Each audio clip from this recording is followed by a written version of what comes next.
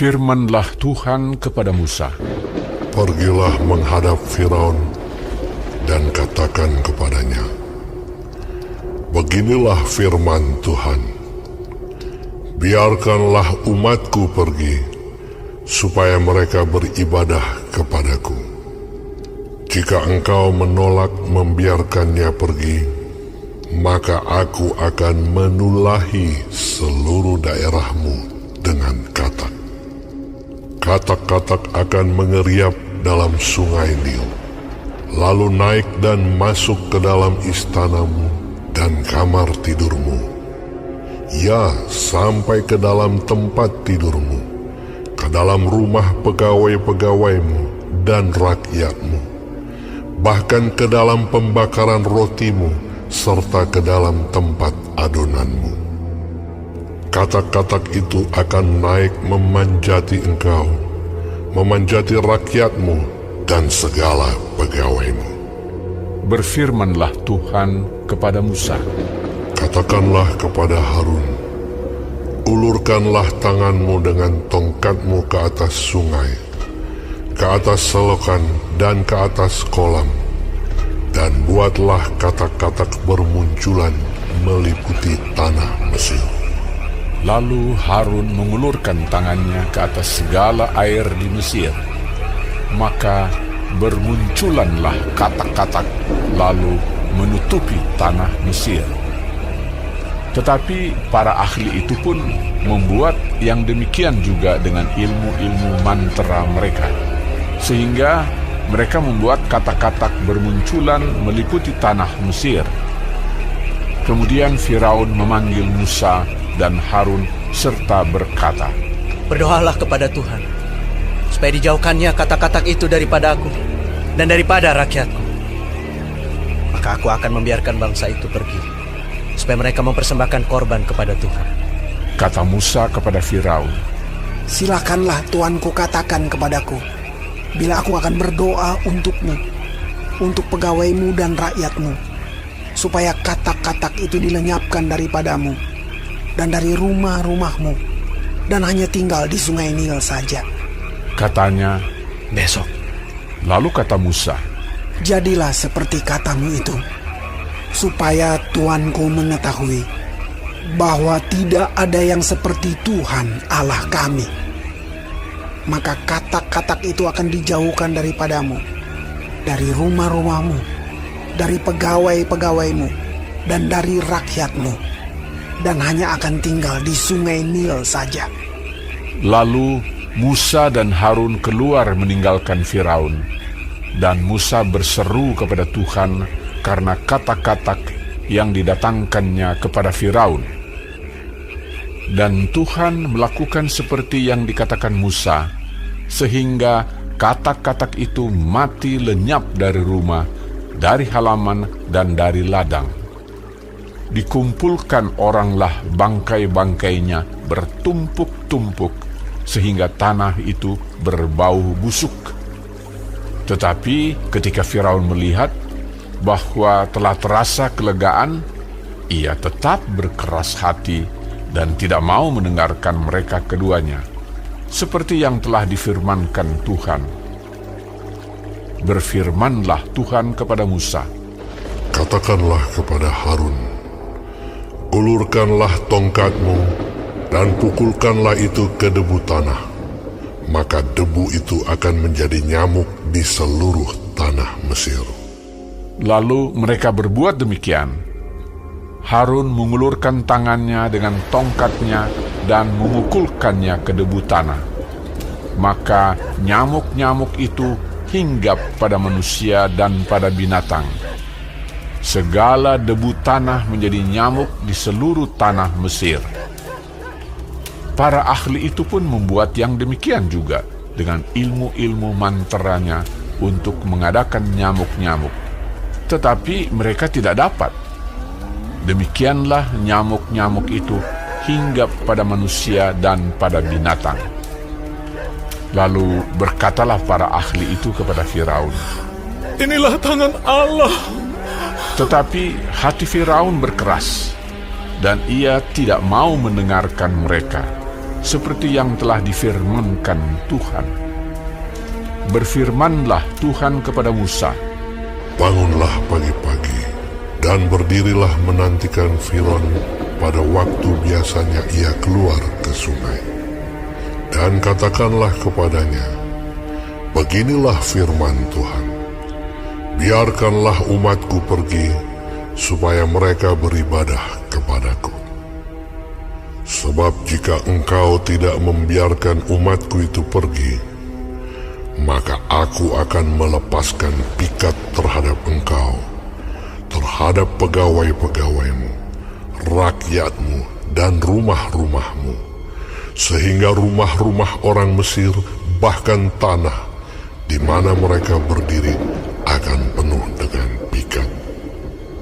Tetapi pada hari itu, aku akan mengecualikan tanah Gosyen, di mana umatku tinggal, sehingga di sana tidak ada terdapat pikat, supaya engkau mengetahui bahwa aku, Tuhan, ada di negeri ini. Sebab aku akan mengadakan perbedaan antara umatku dan bangsamu. Besok tanda mujizat ini akan terjadi. Tuhan berbuat demikian, maka datanglah banyak-banyak pikat ke dalam istana Firaun dan ke dalam rumah pegawai-pegawainya dan ke seluruh tanah Mesir. Negeri itu menderita karena pikat itu. Lalu Firaun memanggil Musa dan Harun serta berkata, Pergilah, persembahkanlah korban kepada Allahmu di negeri ini. Tetapi Musa berkata, Tidak mungkin kami berbuat demikian, sebab korban yang akan kami persembahkan kepada Tuhan Allah kami adalah kekejian bagi orang Mesir. Apabila kami mempersembahkan korban yang menjadi kekejian bagi orang Mesir itu di depan mata mereka, tidakkah mereka akan melempari kami dengan batu? Kami harus pergi ke padang gurun 3 hari perjalanan jauhnya untuk mempersembahkan korban kepada Tuhan Allah kami, seperti yang difirmankannya kepada kami. Lalu kata Firaun, Baik, aku akan membiarkan kamu pergi untuk mempersembahkan korban kepada Tuhan Allahmu di padang gurun. Hanya janganlah kamu pergi terlalu jauh. Berdoalah untuk aku. Lalu kata Musa, Sekarang aku keluar meninggalkan tuanku dan akan berdoa kepada Tuhan, maka pikat itu akan dijauhkan besok dari Firaun, dari pegawai-pegawainya dan rakyatnya. Hanya janganlah Firaun berlaku curang lagi dengan tidak membiarkan bangsa itu pergi untuk mempersembahkan korban kepada Tuhan. Sesudah itu keluarlah Musa meninggalkan Firaun, lalu berdoa kepada Tuhan. Dan Tuhan membuat seperti yang dikatakan Musa. Pikat itu dijauhkannya dari Firaun, dari pegawai-pegawainya dan rakyatnya. Seekor pun tidak ada yang tinggal. Tetapi sekali ini pun Firaun tetap berkeras hati. Ia tidak membiarkan bangsa itu pergi.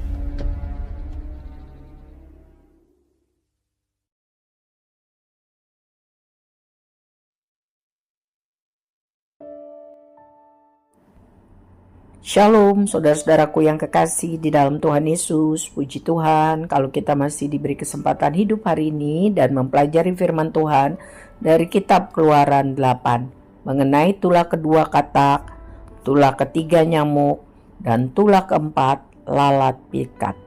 Saudara-saudara, melalui pembacaan ini kita tahu bahwa tidak ada yang serupa dengan Allah kita.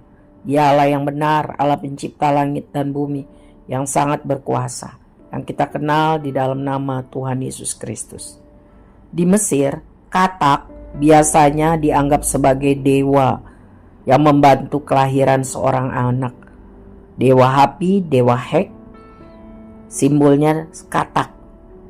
Ya, jadi dewa sumber kesuburan. Tetapi kali ini katak ini bukan mendatangkan yang baik, tapi merepotkan bangsa Mesir karena sangat banyak. Tidak ada tempat yang terluput dari serbuan katak. Firaun kembali membuat kebodohan karena kekerasan hatinya, menggunakan ahli sihir, orang-orang yang dipakai iblis, untuk membuat katak lebih banyak, sehingga kesulitan hidup semakin berat. Akhirnya Firaun menyerah sesaat dan mengizinkan orang Israel pergi beribadah kepada Tuhan. Tapi ternyata itu bohong-bohong saja, omon-omon saja. Setelah Mesir dilepaskan dari tulah katak, Firaun membatalkan janjinya. Ya. Dari tulah kedua dapat dilihat jelas bahwa tidak ada yang seperti Tuhan. Dewa-dewa Mesir semuanya kalah. Ya. Ini semua diizinkan Tuhan supaya Firaun mengetahui bahwa tidak ada yang hebat berkuasa seperti Tuhan, Allahnya Israel, Tuhan yang benar, Tuhan satu-satunya yang harus disembah oleh seluruh manusia. Dewa-dewa Mesir hanya mitos, tidak layak untuk disembah. Ya. Jadi saudara, orang yang mencari pegangan selain dari perintah Tuhan yang benar biasanya hanya merasa aman, nyaman sesaat. Sesudah itu akan diperbudak. Ya.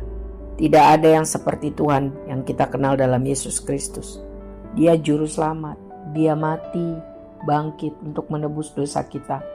Dia naik ke sorga untuk menyediakan tempat bagi kita. Sebab itu sungguh-sungguh percaya dan hidup mengasihi Tuhan, karena tidak ada yang sama seperti Dia. Selanjutnya kita lihat tulah ketiga nyamuk dan tulah keempat lalat pikat. Kali ini kita lihat para ahli sihir itu tidak dapat menyamai, tidak dapat meniru, ya. Dan mereka mengatakan bahwa ini adalah tangan Tuhan. Mereka mengakui kehebatan Tuhannya orang Israel, Tuhan yang benar, Tuhan yang harus disembah, ya. Tetapi lihat reaksi Firaun, dia keras hati. Dia tidak mau mengakui kehebatan Tuhan. Ya. Padahal sudah ditunjukkan betapa Tuhan itu hebat dan penuh berkuasa. Tidak ada yang serupa dengan Tuhan. Dosa kekerasan hati merugikan diri sendiri dan juga merugikan banyak orang. Sebab itu kita tidak boleh keras hati. Ya. Kita harus sungguh-sungguh hormat kepada Tuhan. Firaun tetap keras hati tidak melepaskan Israel. Maka Tuhan mendatangkan tulah ketiga berupa nyamuk. Jumlahnya tak terhitung bagaikan debu tanah. Menjadi ancaman bagi semua makhluk hidup, manusia maupun binatang. Dan ahli sihir Mesir tidak mampu melakukan hal yang serupa. Mereka sadar ini tangan Tuhan, ini kuasa Tuhan. Tidak ada yang serupa dengan Tuhan. Tetapi Firaun keras hati. Dia tidak memenuhi permintaan Harun dan Musa. Ya.